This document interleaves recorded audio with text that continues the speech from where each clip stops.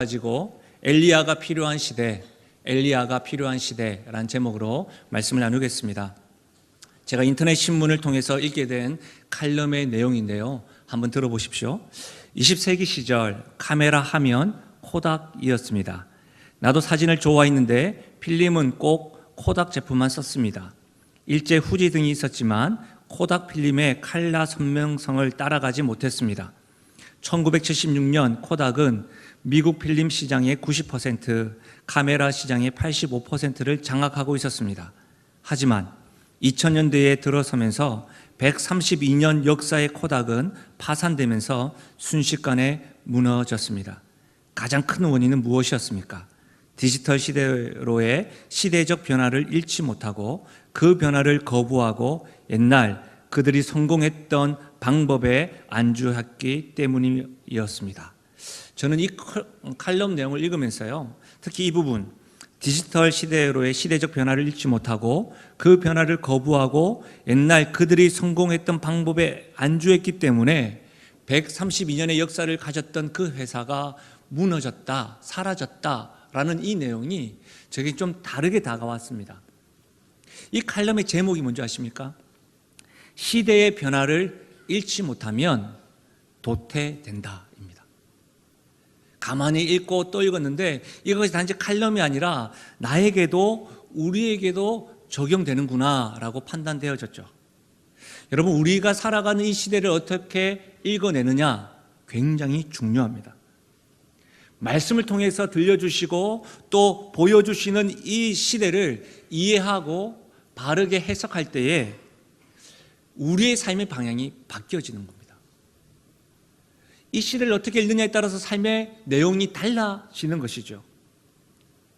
그래서 여러분, 오늘부터 시작되어지는 열왕기상 17장 그리고 18장 이 두 장을 통해서 특별 새벽 부흥회, 어떤 의미에서는 오늘부터가 첫째 날입니다. 오늘부터 다음 주 주일까지 이 두 장을 좀 더 긴밀하게 살펴보려고 합니다. 하나님께서 우리들에게 들려주시고자 하는 메시지에 집중하려고 합니다. 특히 특별 새벽 부흥회를 통해서 한 개인에게, 가정에게, 직장에게, 또 우리 교회를 향한 이 시대를 향한 주님의 외침에 소홀하지 않으려고 합니다. 반응하며 나아가는 은혜가 이번 한 주간 우리 교회와 우리 가정과 개인에게 넘쳐나기를 주의 이름으로 축복합니다. 특별히 여러분, 특별 새벽 부흥회를 위해서는요, 우선 저녁 시간을 잘 다스리셔야 합니다. 급한 약속이 아니시면 약속도 좀 질서정연하게 하셔야 됩니다. TV와 스마트폰, 인터넷으로 시간을 낭비하시거나 보내지 마십시오. 여러분 가정에 있는 알람 시계들을 좀 점검해 보십시오. 점검해 보시면 건전지가 없는 것들이 있고 작동이 안 되는 것들이 있을 겁니다. 목사님 휴대폰 하나면 됩니다. 안 됩니다. 적어도 알람은 3개가 필요합니다. 3개. 이번 기회에 알람을 한번 정리해 보시고 3개를 곳곳에 두세요. 또 이러지는 마세요. 5분 간격으로 이렇게 두지는 마십시오. 여러분, 서로 카풀을 약속을 하고요, 서로 새벽을 전화로 깨우세요. 무엇보다도 특별 새벽 부흥회를 하다 보면 분명하게 오는 것이 있습니다. 뭐냐면 피곤함입니다. 졸음입니다. 이전에 안 하셨잖아요. 이전에 안 하시다가 하시면 졸음이 오고 피곤함이 옵니다. 그때에 이런 생각 들 겁니다. 내일부터 안 가야지. 피곤한데 이건 맞는 일이 아니야. 잘못된 생각입니다. 안 해서 그런 겁니다. 여러분, 적어도 내가 안 해서 이렇게 피곤하구나 인정하자고요. 인정하고 이때 필요한 게 뭔지 아십니까? 비타민, 자연강장제, 그리고 성령 하나님과 은혜인 줄 믿습니다. 여러분, 그렇게 애써 보십시오. 1년에 한 번 하나님께 특별이라는 말을 붙여서 영적인 진동을 좀 사모하는 부흥회로 한번 가져보자고요. 작은 성취, 일주일입니다. 그 작은 성취를 이루셔서 여러분 영적인 추억들을 만드시고 동판도 좀 받으시는 그런 은혜가 있었으면 좋겠습니다. 우리 서로 다시 한번 인사하실까요? 오늘부터 특세 첫날입니다. 다시 한번 인사할까요? 내일 보면 참 좋겠어요. 이때만 입을 딱 다무는 분 딱 3분 계신 것 같아요. 여러분, 오늘 말씀에 보면 이스라엘이 지금 남과 북으로 분단된 상태입니다. 사울 잘 아시죠? 사울과 다윗, 솔로몬으로 통하여 통일 왕국이 120년간 진행되다가 120년 이후에 분열되었습니다. 남쪽을 유다로, 북쪽을 이스라엘. 그래서 일반적으로 남유다, 북이스라엘로 불렀습니다. 남유다는 르호보암, 북이스라엘은 여로보암. 분열된 나라의 일대 왕입니다. 여러분, 남유다 할 때 대표적인 선지자 하시면 히스기야입니다. 므낫세입니다. 왕입니다. 그리고 종교개혁을 했던 왕 가운데 요시야 왕이 있습니다. 오늘부터 살펴보는 열왕기상 17장과 18장은 남유다의 역사가 아니고요, 북이스라엘의 역사입니다. 일대가 여로보암입니다. 오늘 본문에 드러나는 오므리라는 왕은 6대 왕입니다. 12년 통치했죠. 그의 아들 아합은 7대 왕으로 22년을 통치하였습니다. 오늘 29절의 말씀에 보면 아합이 22년 동안 이스라엘을 다스렸다라고 기록하고 있습니다. 등극한 것이죠. 여러분, 아합이 다스렸던 시대는 어떤 시대였을까요? 우리는 아합 시대를 읽고 이 역사를 통해서 하나님께서 오늘을 살아가는 우리 시대를, 또 우리 시대를 향한 하나님의 메시지를, 또 그 음성을 듣는 기회가 되었으면 좋겠습니다. 저는 오늘 본문 말씀을 통해서 아합 시대의 특징을 한 3가지 정도 살펴볼 것인데요. 첫 번째는 이거예요. 아합 시대의 특징 첫 번째는 제약에 무감각한 시대였다는 거예요. 제약에 무감각한 시대. 여러분 30절에 보면 오므리의 아들 아합이 그의 이전의 모든 사람보다 여호와 보시기에 악을 더욱 행하여라고 되어져 있어요. 그 이전 모든 사람보다 악을 더욱 행했다는 것입니다. 아합 시대를 설명할 때 가장 강조된 것은 뭐냐면 더욱 악을 행하였다. 과거와는 비교도 되지 않을 정도로. 다시 말하면 뭐예요? 제약에 더욱 무감각한 시대였다라고 말하는 겁니다. 여로보암의 죄를 따랐다고 되어져 있어요. 여로보암의 길을 따랐다라는 것은 여러분 북이스라엘 초대 왕이었기 때문에 날마다 이 왕의 평가를 할 때 여로보암이 기준이었습니다. 이 느밧의 아들 여로보암 1대 왕은 어떤 왕이었냐 하면 하나님을 섬기는 왕이 아니었습니다. 하나님을 저 멀리 두고 금송아지를 섬기고 우상숭배를 섬기고 산당을 세우고, 또 백성들에게 왕이니까 어떻게 했을까요? 우상들을 금송아지에게 다 절하라고 명령했던 왕이었습니다.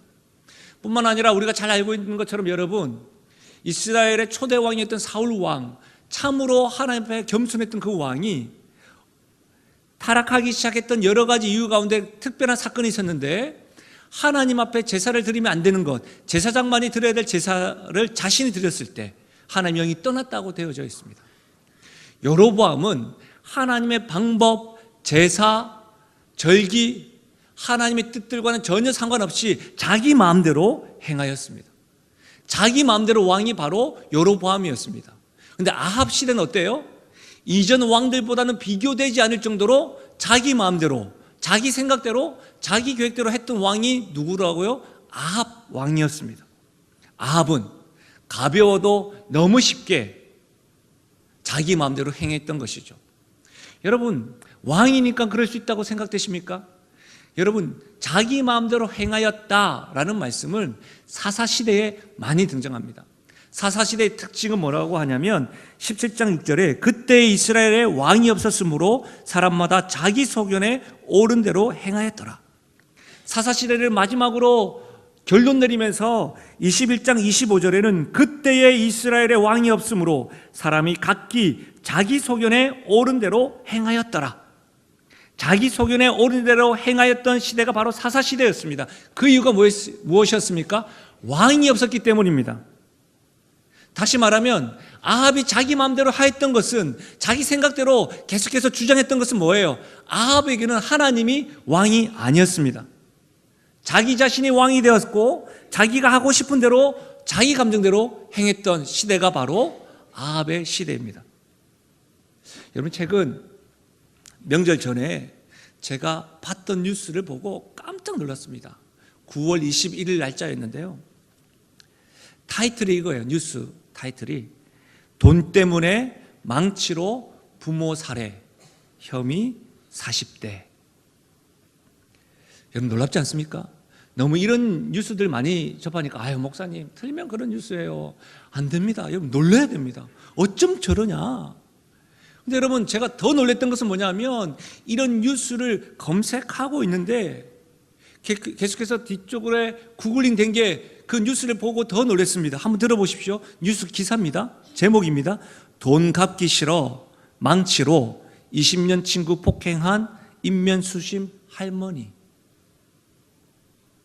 2만 원 때문에 차량 10대 부순 망치남. 여러분, 우리는 이런 뉴스들을 접할 때마다 한 가지 분명하게 알아야 됩니다. 아합 시대뿐만 아니라 우리가 살아가는 이 시대가 자기 소견 옳은 대로 자기가 왕이 되어가지고 자기 마음대로 자기 감정이 더 중요한 것이죠. 자기 생각대로 기준이 없어요. 제약에 무감각한 시대, 그 시대가 바로 우리가 살아가고 있는 시대라는 것을 부인할 수 없다는 거예요. 여러분, 제약에 무감각하다는 것이 무슨 말입니까? 죄에 대한 느낌이 없다는 의미입니다. 죄를 짓는 것에 대해서 어떤 죄책감이나 잘못이라는 양심의 소리가 들리지 않는다는 거예요. 왜 그렇습니까? 눈치 볼 사람이 없기 때문입니다. 기준이 없기 때문입니다. 기준은 자신이죠. 자신이 왕이기 때문이죠. 그렇기 때문에 자신의 감정이 더 중요한 거예요. 자신의 기분이 더 중요한 거예요. 자신만 편하면 되는 거예요. 여러분, 또는 죄악에 대해서 생각하고 잘못을 저지를 때마다 아이고 내가 잘못했긴 했는데 하면서 뒷말을 흐립니다. 그러면서 합리화합니다. 나만 그러나? 다른 사람 더 그래. 나는 좀 나아. 여러분, 이렇게 말하기도 합니다. 이런 모습들, 죄악에 무감각한 모습들입니다.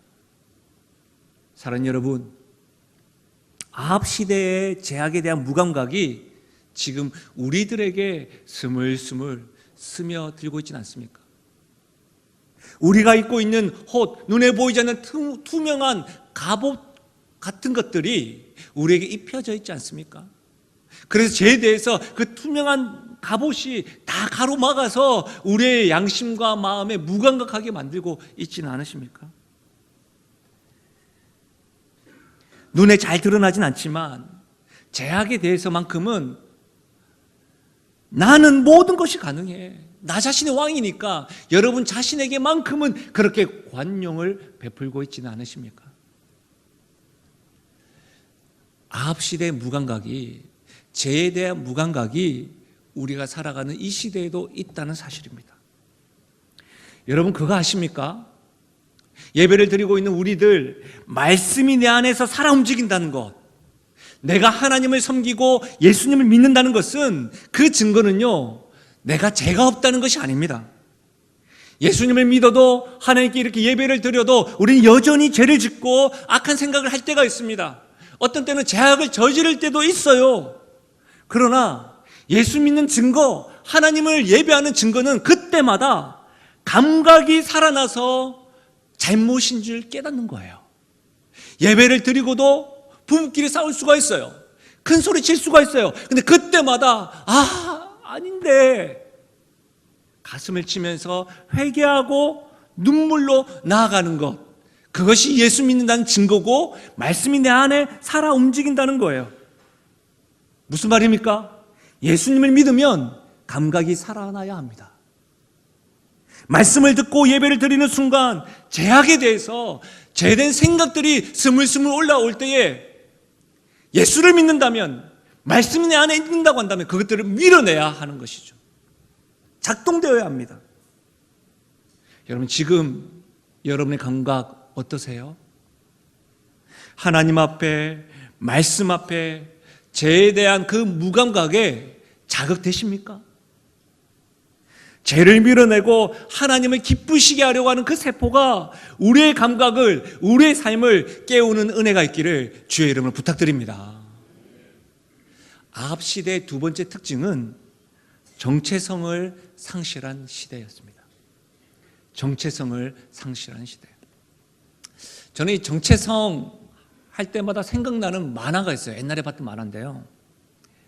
꼬마 감자가 있는 꼬마 감자. 꼬마 감자가 엄마 감자에 가가지고 이렇게 말하죠. 엄마, 나 감자 맞아? 엄마, 당근이지. 그 이야기를 듣던 꼬마 감자는 당근이지. 가출합니다. 영도다리로 한강으로 나가 바람 삽니다. 난 당근인가 감자인가 고민하다가 가출 생활을 막 하다가 그래 다시 한 번 더 물어봐야 되겠다. 그래도 우리 가정의 가장 어른은 할머니니까 할머니한테 물어봅니다. 할머니, 나 감자 맞아? 이 할머니는 경상도 분이십니다. 오냐라는 말을 오냐, 오야, 오이? 나 감자인데 오이? 당근이야, 오이야, 감자야 하면서 또 가출합니다. 저는 이 정체성, 저도 힘들어요. 쉽겠습니까, 제가? 근데 여러분, 저는 이 정체성에 대해서 생각할 때마다 이 이야기가 생각나요. 분명한 것은 뭐예요? 정체성에 혼란이 오면 건강한 삶을 살 수 없다는 거예요. 여러분 31절 보십시오. 르밧의 아들 여로보암의 죄를 따라 행하는 것을 오히려 가볍게 여기며 시돈 사람의 왕 엣바알의 딸 이세벨을 아내로 삼고 가서 바알을 섬겨 예배하고. 여러분 엣바알이라는 말은 바알과 함께라는 뜻입니다. 엣바알이라는 이름에서 알 수 있듯이 시돈이라는 곳은 이런 바알을 우상 숭배하는 본고장입니다. 아합이 결혼했던 아내로 맞이했던 이세벨은 뭐예요? 엣바알의 딸입니다. 이 말은 하나님과 전혀 상관없는 사람이었다는 거예요. 그녀의 아버지는 시돈의 왕이자 바알의 제사장입니다. 이세벨의 이름의 뜻은 나의 아버지 바알은 고귀하다라는 뜻이에요. 여러분 무슨 말입니까? 우리는 하나님을 아버지라고 부릅니다. 그러나 그녀는 바알을 아버지로 부릅니다. 우리는 하나님의 자녀이지만 이세벨은 아닙니다. 하나님을 섬기는 사람이 이세벨을 아내로 삼았다는 것은 하나님이 아닌 다른 그 분명한 것, 다른 것들을 자기의 삶에 자리 잡았다는 거예요. 다시 말하면 이스라엘 백성, 하나님을 섬기는 이스라엘 백성, 하나님을 왕으로 섬기는 이스라엘 백성이 자기 정체성을 상실해 버렸다라는 굉장한 구체적인 증거인 것이죠. 어떤 이들은 이렇게 말할 수 있습니다. 가정에 여인 한 명이 들어온 것이 뭐가 문제냐고 말할 수 있습니다. 그러나 아닙니다. 이전에는 함께 하나님을 아버지라고 예배했는데 이제는 어떻게 해요? 예배 시간이 괴롭습니다. 보통 때는 잘 지냅니다. 그러나 하나님을 섬기고 하나님을 예배할 때에 가족들은 어떻게 돼요? 뿔뿔이 흩어지는 이상가족이 되는 것이죠. 그런데 여러분, 이세벨의 경우는 그의 아버지 제사장의 딸입니다. 다시 말하면 자기 자신만 바알을 잘 섬기는 것으로 끝나지 않고 이세벨의 생각은 뭐예요? 자기가 시집 온 곳, 바알의 가정, 집안, 이 북이스라엘 자체가 자기가 섬기는, 자기가 아버지라 부르는 이 바알, 이 고귀함을 알고 이 바알을 섬기는 것에, 섬기기를 원해서 온 힘을 기울입니다. 그래서 그가 취한 행동이 무엇입니까? 바알의 사당을 짓는 일입니다. 32절에 보면 바알의 신전을 짓습니다. 근데 여러분, 신전으로 끝나지 않아요. 놀라운 것은 뭐예요? 건물 하나 짓는 것으로 끝나지 않습니다. 그 안에서 바알을 위하여 제단을 쌓습니다. 숭배합니다. 예배가 일어나는 것이죠. 이세벨, 하나님을 모르는 이 여인과 결혼하는 것 굉장히 작아 보였지만 결국 어떻게 해요? 아합뿐만 아니라 북이스라엘 전체는 하나님을 제쳐두고 하나님이 아닌 바알을 섬기는 국가가 되어버린 것이죠. 하나님을 섬기는 나라가 이제는 전혀 하나님과 관계없이 된 거예요. 정체성을 잃어버린 나라, 바알을 섬기는 나라가 되었습니다. 바늘 도둑이 소 도둑되는 것 마냥 정말 아주 작은 일이라고 생각했는데 나도 모르게 전혀 예상하지 못한 큰 일을 행하고 있는 거예요. 더 놀라운 것은 뭔지 아십니까? 33절 말씀이에요. 또 아세라상을 만들었으니 그는 그 이전에 이스라엘의 모든 왕보다 심히 이스라엘 하나님 여호와를 노하시게 하였더라. 왜 노하게 하셨을까요? 바알을 위한 산당과 제단을 만드는 것을 끝나지 않았습니다. 아세라 상까지 만들었어요. 아세라 상이 뭐예요? 바알의 성적 파트너입니다. 바알이 있으면 풍요의 여신 아세라가 있어야 됩니다. 그래서 우리가 열왕기상 18장에 보면 이 바알을 섬기는 사제들, 그리고 아세라를 섬기는 사제들이 어떻게 성적인 문란함, 음란함으로 접신합니다. 그런데 이와 같은 일들이 그 사제들 세계에만 일어나는 것이 아니라 이스라엘 백성들에게도 흘러갔습니다. 성적인 문란함이요.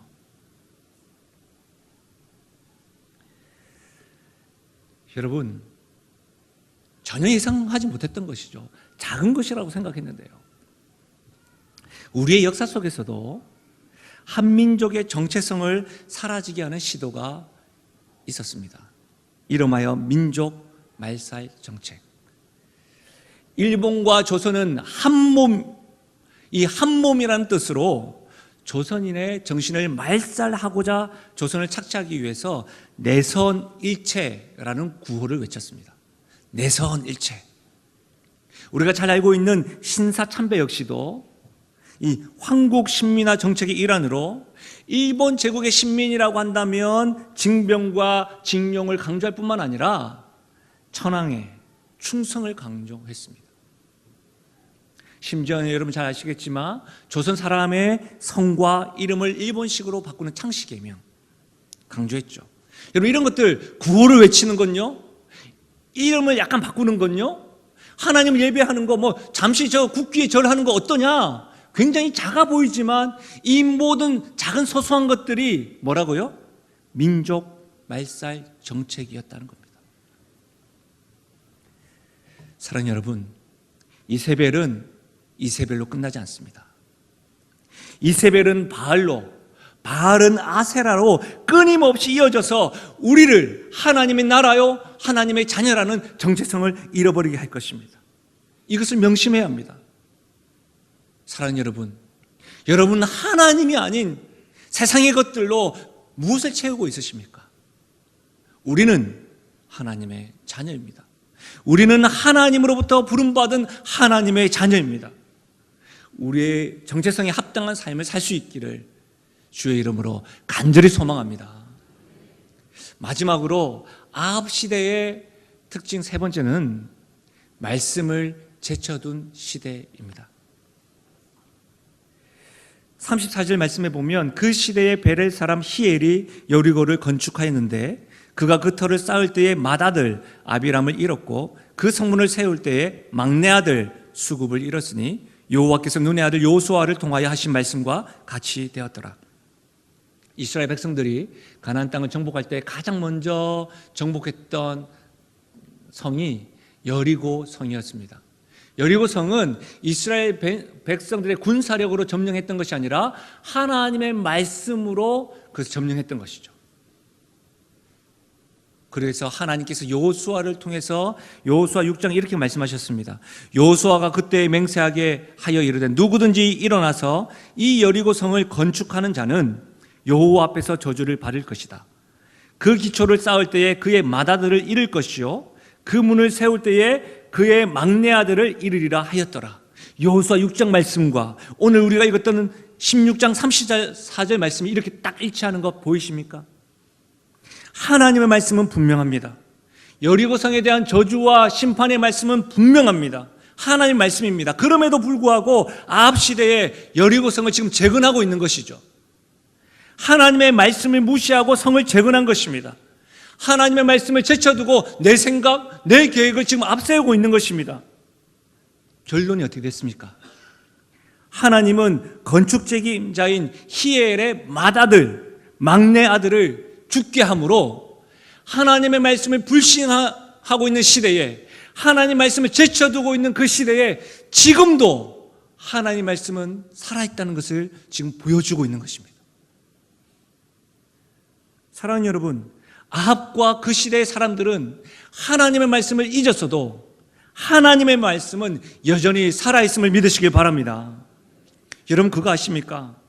하나님의 말씀을 가장 많이 무시한 집안이 오므리 집안이에요. 아합 가정이었어요.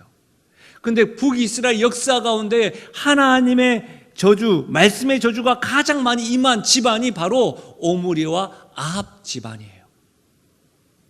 여러분은 어떻게 기억되기를 원하십니까? 말씀 저주 안에서 기억되는 가정이고 싶으세요? 아니면 하나님의 약속된 말씀 축복 안에서 기억되는 가정이고 싶으세요?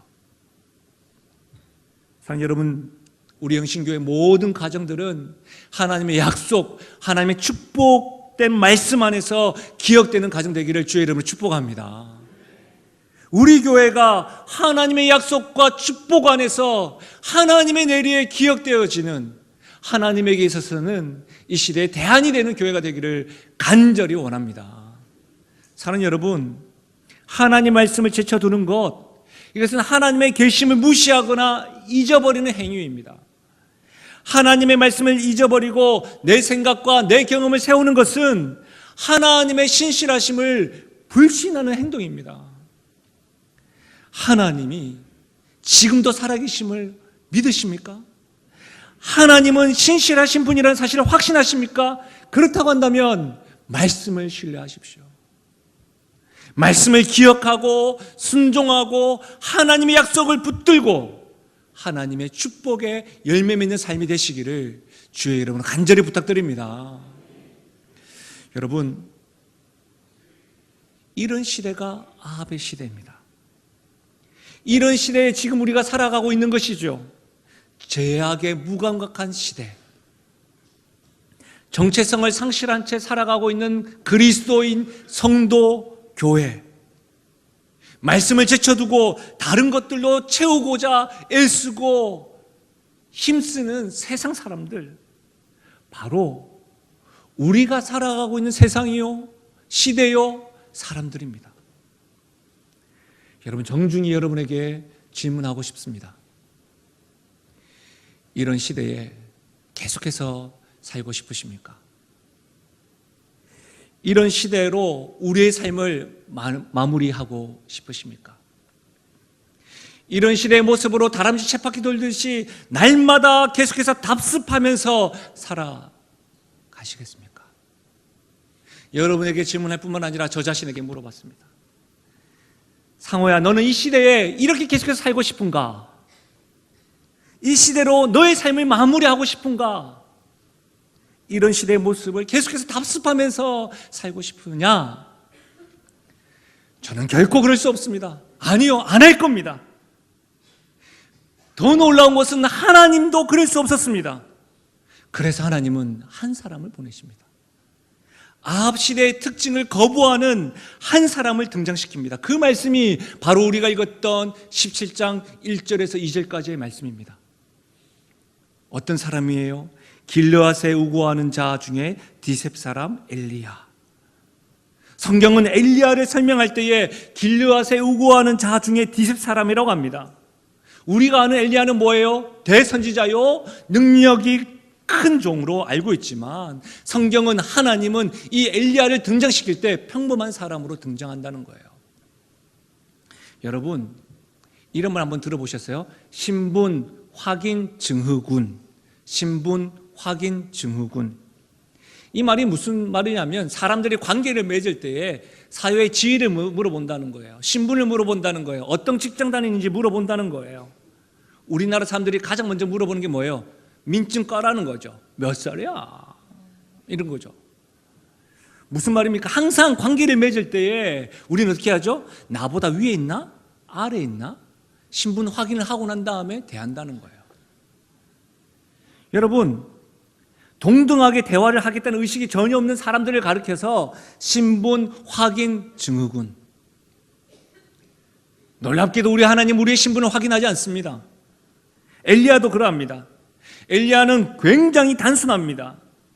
그의 가계나 신분에 대한 그 어떤 언급도 없습니다. 단지 길르앗 지방의 디셉 사람. 선지자에게 중요한 것은 명망 있는 가족, 화려한 배경이 아닙니다. 그가 하나님의 말씀을 대언하는 자라는 사실이 중요하죠. 선지자들은 하나님의 목소리만 드러내면 되는 것입니다. 하나님이 쓰시고자 하는 사람, 하나님이 보내는 하나님의 사람도 마찬가지이죠. 명망 있는 가문과 화려한 배경, 직분 아닙니다. 누구든지 나의 삶을 통해서 하나님의 목소리만 드러낸다고 한다면 되는 것이죠. 어느 누구도 감히 대항할 수 없는 아하 왕 앞에, 절대 권력 앞에 하나님의 이름으로 말하는 사람, 그 이름이 엘리야입니다. 엘리야 이름의 뜻이 뭔지 아십니까? 나의 아버지는 오직 하나님이시다. 바알이 우리를 살린다고 말하는 그 시대에, 바알이 우리를 먹여 살린다고 하는 그 시대에, 바알을 쫓아야 돼 풍성하고 축복이 있다고 말하는 그 시대에 엘리야 혼자서 나아가 나의 아버지만이 하나님이시다, 나의 하나님 나를 살리신다라고 지금 말하고 있는 것입니다. 바알이 나의 아버지라고 말하는 그 시대에 내가 섬기는 이스라엘 하나님 여호와께서 살아계심을 두고 맹세하노니 이렇게 말하고 있는 것입니다. 그런 엘리야를 하나님은 보내시고 있는 거예요. 여러분 그거 아십니까? 하나님은 이와 같은 시대로 사는 것을 원하지 않았습니다. 그래서 이 땅에 구원자 되시고 구주 되시는 예수님을 보내주셨어요. 믿으십니까? 이 예수님을 예비하기 위하여 구약에는 엘리야를 준비하셨고 신약에는 엘리야 되는 세례 요한을 준비해 주셨어요. 그래서 이 땅에 오신 예수 그리스도가 오셨고 우리를 위하여 십자가 죽으시고 부활하시고 승천하셨습니다. 그 예수님은 반드시 기필코 다시 재림하실 것입니다. 하나님께서는 다시 재림하시는 그 예수님을 예비하기 위하여 엘리야를 다시금 준비시키십니다. 이 시대의 엘리야를 준비시키십니다. 누구를요? 하나님만이 나의 아버지시다 하라고, 내가 분명코 말하노니 내가 섬기는 하나님 여호와께서 살아계심을 두고 맹세하노니 이렇게 고백하고 당당하게 말하는 그런 사람, 그런 엘리야를 지금도 찾고 계신다는 사실입니다.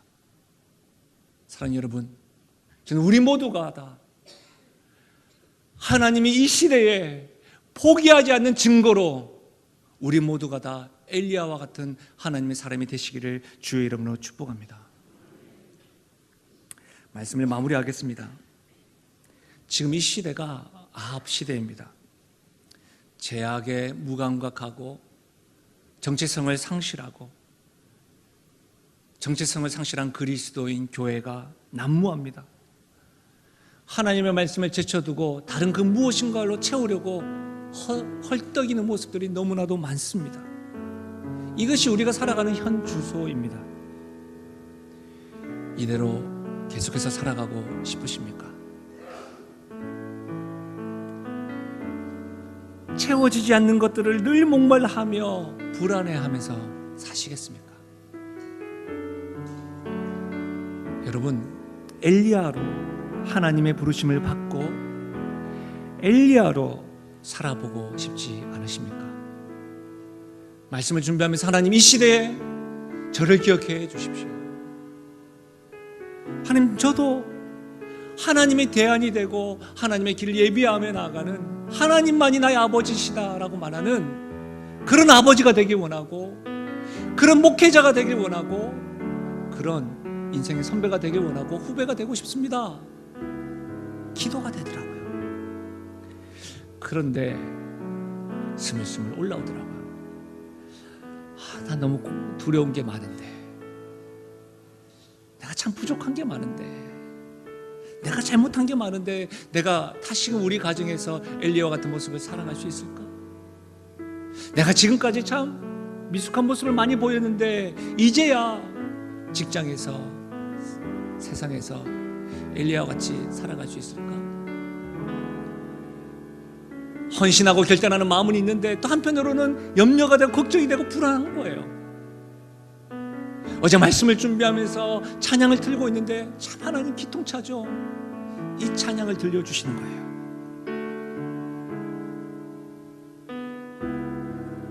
하나님, 제겐 참 두려운 게 많습니다.